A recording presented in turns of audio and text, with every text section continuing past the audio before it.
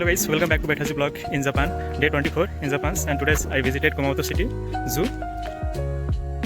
So guys आज बिहान उठ्यौँ, fresh भयौँ, नुहाएर खाना बनाउनतिर लाग्यौँ। सो आज होलिडे थियो हैन, सो रुममा बसेर मात्र हैन, बाहिर एक्सप्लोर गर्नुपर्छ। हरेक टाइमको महत्त्व हुन्छ। सो गाउँ जस्तो हैन कि घरमा सुतेर बस्ने, यहाँ घुम्नुपर्छ, एक्सप्लोर गर्नुपर्छ। सो आई डिसाइडेड कि हाम्रो 10 मिनट टाढा डिस्टेन्समा Kumamoto city geological and the botanical garden रहेछ। सो त्यहाँ जाने भनेर प्लान भयो। सो म त्यसको लागि खाना खाएर अनि त्यसको लागि निक्ल्यौँ। मलाई लाइफमा एक्लै हिँड्न, एक्सप्लोर गर्न र आफ्नो लाइफ टाइम स्पेन्ड गर्न धेरै राम्रो लाग्छ, रमाइलो लाग्छ। एक्लै हुँदा इन्डिपेन्डेन्सीको रियल फिलिङ आउँछ।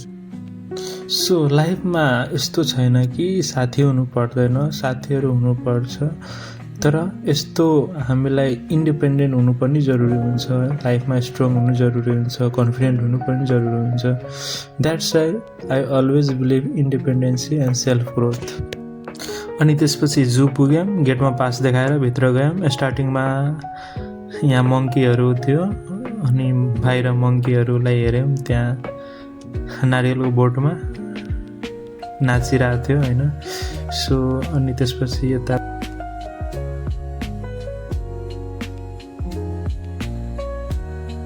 अनि त्यता टाइगर हेरेपछि लाइनतिर गयौँ। लाइन त बवाल थियो यार। यो लाइनले मतलब यति कराइरहेको थियो, लागिरहेको थियो कि त्यो सिसा फोरेर बाहिर आउँछ र हामीले खाइदिन्छ भनेर। अनि त्यहाँ बच्चाहरू थियो, अनि बच्चाहरूले छिराइ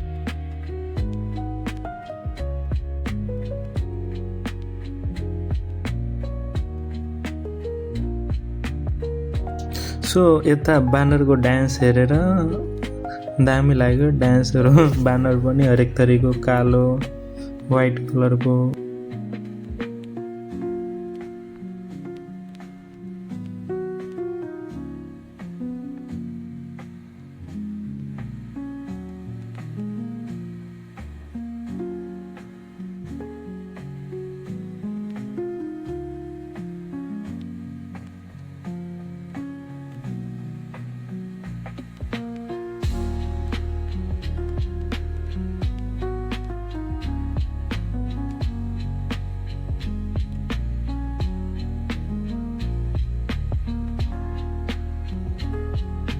अनि यता बाटोमा हेर्दा चराचुरुङ्गीहरू पनि थियो, हरेक थरीको जनावरहरू यता थियो। अनि त्यो नि हेऱ्यौँ।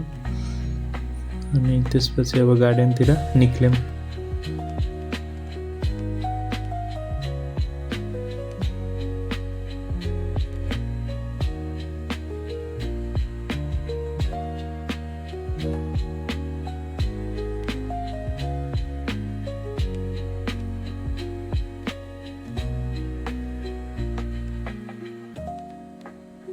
सो यता गार्डनमा निकल्दाखेरि यता फुलहरू राम्रो थियो, कलरफुल भ्यू थियो, क्लिन इन्भाइरोमेन्ट, अनि एकदम फ्रेस फिल भइरहेको थियो।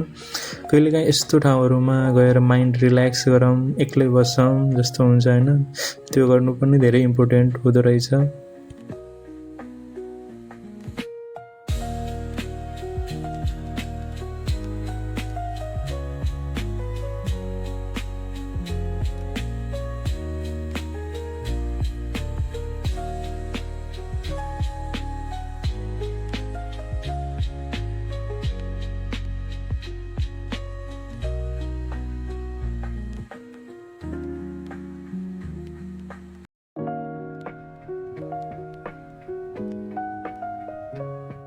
सो गार्डनबाट निक्लेपछि यो बाटो फलो गर्दै अब कता जान्छु भनेर थाहा थिएन।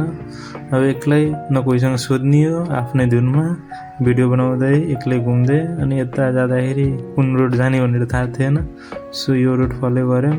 अनि यो फलो गर्दाखेरि जे होस् खोला थियो, सायद एउटा ठुलो खोला थियो साइडमा, अनि त्यही रोडको साइडमा यो रोड थियो। अनि साइडमा हेर्दा साइडमा हेर्दा कति सुन्दर डिजाइन, जे पनि कुराहरू डिजाइनले बनाएको रहेछ। फ्रेस एउटा पनि हुन्छ नि केही हेरिन। अनि त्यसपछि यता आएर हामी के भन्छ घरमा घरपालुवा जनावरहरू पनि हेऱ्यौँ। बाख्रादेखि लिएर, गाईदेखि लिएर, मुर्गी सब हेऱ्यौँ।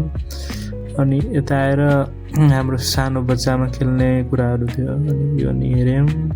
रमाइलो लाग्यो जस अनि फ्लाइट ट्रेनको पनि देखाएको रहेछ कति दामी थियो सब कुराहरू जस इन्जोय गऱ्यौँ अनि अलि बस्यौँ त्यहीँ एकछिन माथि गएर बस्यौँ त्यहाँ बस्ने पनि थियो सो त्यहाँ गएर बस्यौँ अनि त्यसपछि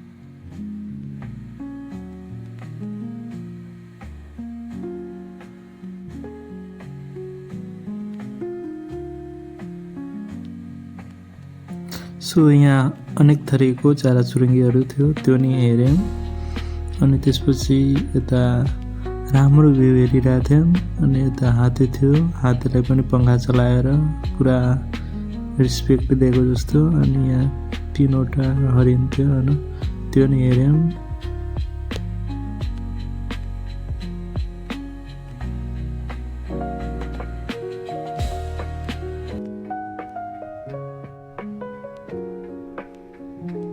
पेन्गुइन हेर्नको लागि अब निक्ल्यौँ अनि यता हेर्दाखेरि एउटा नेपालको टी सर्ट लगाएको थियो नेपाल माउन्ट एभरेस्ट भनेर केही लेखेको थियो सायद नेपाल भिजिटेड गरेको रहेछ अनि त्यसको टी सर्ट पाएको रहेछ अनि त्यही लगाएको थियो सो फिल प्राउड अनि यता पेन्गुइन हेर्न आयौँ अनि यता आउँदाखेरि फुल जङ्गल जस्तो भ्यू थियो अनि त्यताभित्र पानीभित्र राखेको थियो सो 3-4 लाइन जति भित्र गएर जङ्गलभित्र गएर अनि त्यसपछि हामीले पेन्गुइन हेर्न पायौँ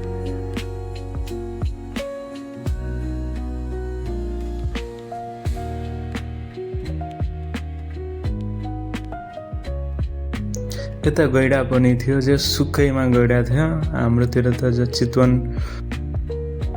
उतातिर पानीमा हुन्छ तर यतातिर सुक्खैमा छ जो पानी सुकेको होला भनेर